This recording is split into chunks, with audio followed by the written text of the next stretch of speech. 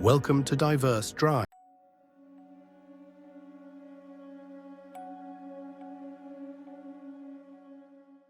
On March 8, 2014, the world witnessed one of aviation's greatest mysteries. Malaysia Airlines flight MH370, a Boeing 777 carrying 239 passengers and crew, vanished without a trace. What began as a routine flight from Kuala Lumpur to Beijing turned into a story of unanswered questions, heartache, and relentless searching. The flight took off at 12:41 a.m. local time. The skies were calm, and everything appeared routine. Captain Zahari Ahmad Shah and First Officer Fariq Abdul Hamid were in control, guiding the aircraft to its cruising altitude of 35,000 feet. At 1:19 a.m., air traffic controllers received the final words from the cockpit. "Good night, Malaysian 370. Moments later, the aircraft's transponder stopped transmitting. Malaysia Airlines Flight 370 vanished from civilian radar. The disappearance triggered a massive search operation. Initially, efforts focused on the South China Sea, where the plane was last seen. However, as hours passed, military radar revealed something shocking. MH370 had made an abrupt westward turn, flying back over Malaysia and into the Andaman Sea. The aircraft was far off course. With no communication from the plane, investigators turned to an unexpected source: satellite data. British company Inmarsat had recorded a series of hourly pings from the aircraft. By analyzing these signals, experts determined that MH370 had flown for 7 more hours. Its path led southward into the vast, remote Indian Ocean. The search area was refined to a stretch of water known as the Seventh Arc. This region is among the most remote and challenging on Earth, with waters over 4,000 meters deep. Despite deploying ships, submarines, and advanced sonar, the search yielded no immediate results. The lack of evidence fueled countless theories. Some pointed fingers at Captain Zahari, suggesting he deliberately diverted the plane. A simulation found on his home computer showed routes resembling MH370's final path, but supporters argue that Zahari was a dedicated pilot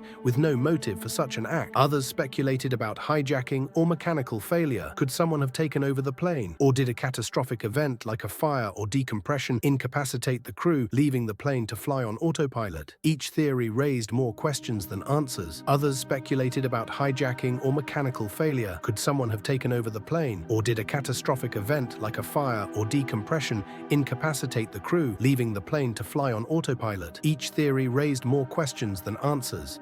In 2015, over a year after the disappearance, a breakthrough came. A flaperon, part of the plane's wing, was discovered on Réunion Island in the Indian Ocean. More debris later washed up on beaches in Madagascar and Mozambique. These pieces confirmed that MH370 had indeed crashed into the ocean. Despite these findings, the main wreckage remains elusive. In 2017, after years of searching, the official investigation was suspended. A private company, Ocean Infinity, later resumed efforts with state-of-the-art underwater drones. But even these advanced tools failed to locate the aircraft. For the families of the 239 people on board, the pain of not knowing lingers. They seek closure, answers to a mystery that has defied technology and logic.